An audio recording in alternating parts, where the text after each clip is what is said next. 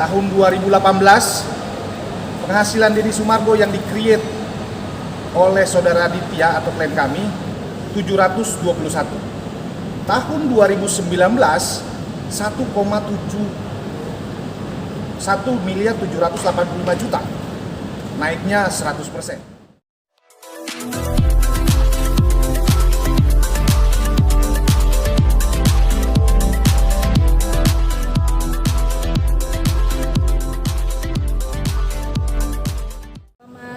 Teman-teman media, terima kasih udah datang ke konferensi pers saya. Konferensi pers hari ini Selasa tanggal 5 Oktober 2021 untuk menjawab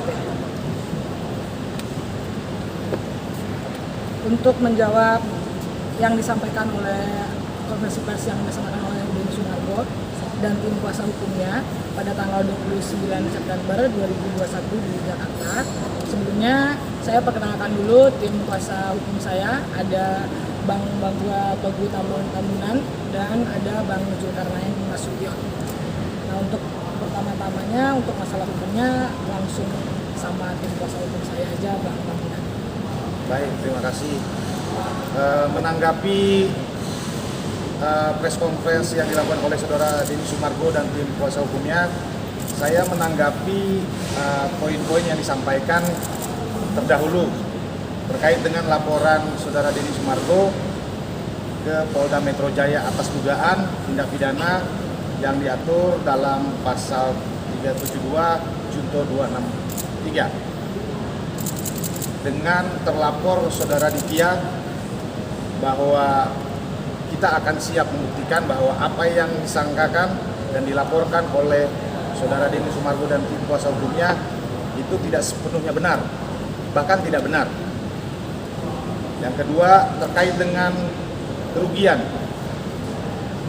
yang dimaksud oleh Denny Sumargo sebelumnya disampaikan ada kurang lebih 700 juta.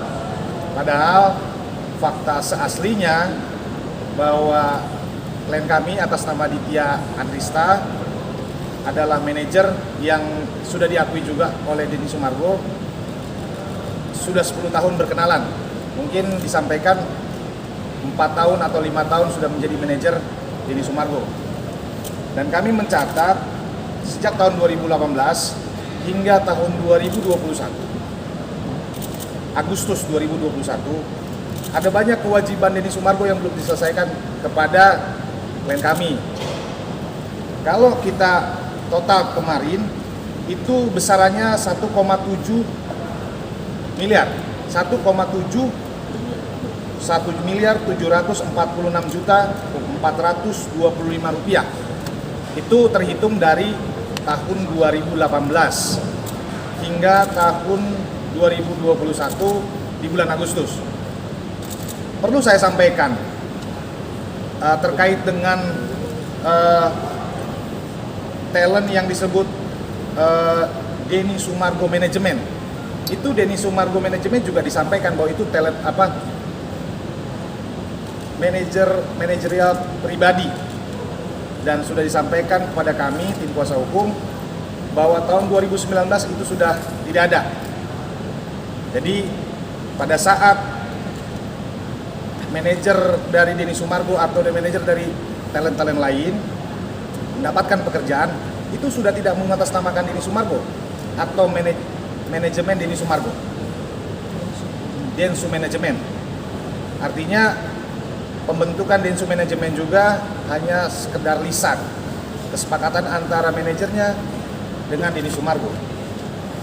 Artinya tidak ada perjanjian tertulis bahwa sudah diakui fee yang disampaikan kepada atau yang diberikan kepada manajernya Aditya Andrista itu 20-25%.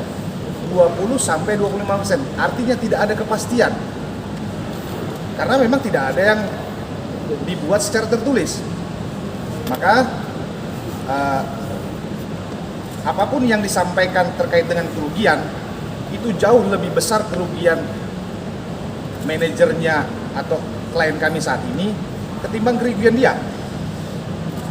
Lalu bisa saya sampaikan lagi terkait dengan dia tidak transparan. Bahwa faktanya artis itu mintanya beres. Lu sebagai manajer cariin gua kerjaan. Lu cariin kerjaan buat gua, lu selesaikan semuanya, bahkan kontrak-kontraknya. Dan itu bukan hal yang baru. Dan setiap pekerjaan yang ditawarkan oleh klien itu pasti disampaikan secara lisan dulu kepada talentnya, termasuk kepada Denny Sumargo. Boleh kami catat bahwa tahun 2018 penghasilan Denny Sumargo yang di-create oleh saudara Aditya atau klien kami 721. Tahun 2019 1,785 juta, naiknya 100%. Di tahun 2020 itu 2 miliar 600, naik lagi. Tahun 2021 sampai Agustus 2,9, hampir mencapai 3 miliar. Artinya ada progres. Keberuntungan seorang Denny Sumargo merekrut atau menunjuk saudara Ditya menjadi seorang manajer. Perlu dicatat kembali.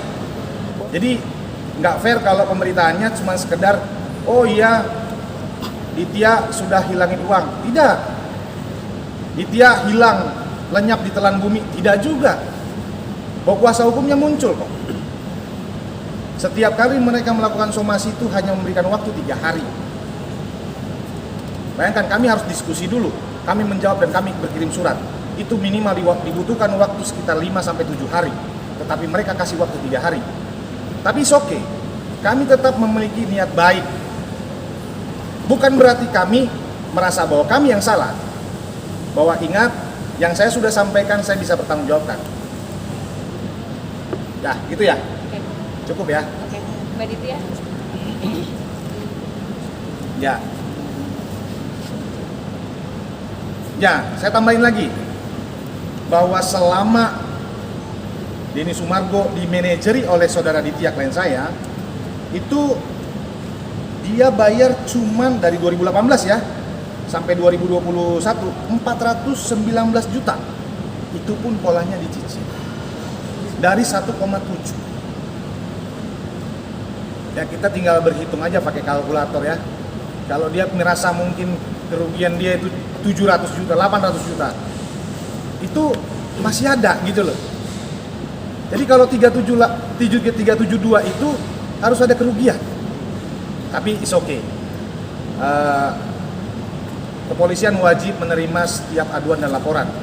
Tinggal nanti kita buktikan. Itu ya. Mbak Ditya, sedikit dong. Mas Denny kemarin sempat bilang bahwa Mbak Ditya telah juga sudah mengembalikan uang sebesar sekitar 500 jutaan. Mungkin bisa dijelaskan perihal itu. Mbak Ditya mungkin bisa menjawab. Lawyerku aja kalau udah minta uang. Terkait dengan 500 juta itu pembayaran yang sudah selesai dari klien. Dan itu selesai. Perkara itu dibayar di Bandung, di Amerika Serikat bila perlu. Toh itu kewajiban yang harus diselesaikan dan sudah diselesaikan. Jadi tidak mesti harus kita tanya, memang Bandung itu kenapa memang? Ada apa dengan Bandung? Walaupun misalnya pekerjaannya ada di Jakarta. Jadi dia sudah mengenal Ditya selama 10 tahun. Menurut penuturannya bahwa perjanjiannya adalah dari sang perusahaan yang harus mentransfer langsung ke Mas Denny, bukan dari Mbak Ditya ke Mas Denny, dari perusahaan itu transfer ke manajer. Oh, di dalam, boleh saya jawab? Ya, Di dalam perjanjian masa sampaikan bahwa apapun yang sudah disepakati dengan Denny semuanya lisan. Ya, jadi bukan hal yang baru. Kalau misalnya disebutkan angka, kalau dia tidak puas, dia boleh menolak. Misalnya, saya adalah seorang artis, diberikan pekerjaan 500 juta, tapi ditawari ke saya misalnya 450 juta. Kalau saya tidak terima, saya boleh nolak. Dan setiap pekerjaan itu pasti disampaikan oleh Ditya, ditawari secara lisan. Artinya dia sudah tahu price. Ya, jadi kalau dibilang terkait dengan mengapa ditanda tangan, ya itu hal yang bukan saya sampaikan bahwa itu hal yang baku, tetapi itu bukan hal yang menjadi hambatan dalam bisnis manajemen artis. Kadang-kala ditandatangani, dan itu sudah biasa. Dan saya sampaikan, apabila disampaikan kalau Densu manajemen dirugikan nama baiknya, nama baik yang mana? Karena setiap talent tidak mengatasnamakan Densu manajemen, tetapi mengatasnamakan talentnya itu sendiri. Jadi pada saat mereka mengikatkan kontrak, itu langsung nama mereka, bukan Densu manajemen.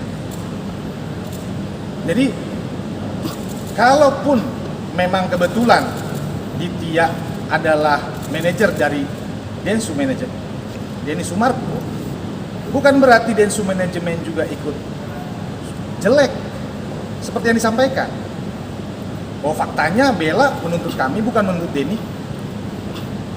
Jadi yang mana yang dianggap jelek atau merusak nama baik? Jadi come on lah, kita harus fair, harus adil, bahwa ada hal-hal yang memang mereka belum selesaikan. Jangan membuat hal seperti ini supaya menghilangkan kewajibannya. Ingat ya, bahwa ada kewajiban Densu kepada Ditya. Jangan bikin seperti ini supaya seolah-olah dia tidak punya kewajiban lagi. Jangan lupa ya di subscribe dan nyalakan lonceng notifikasinya.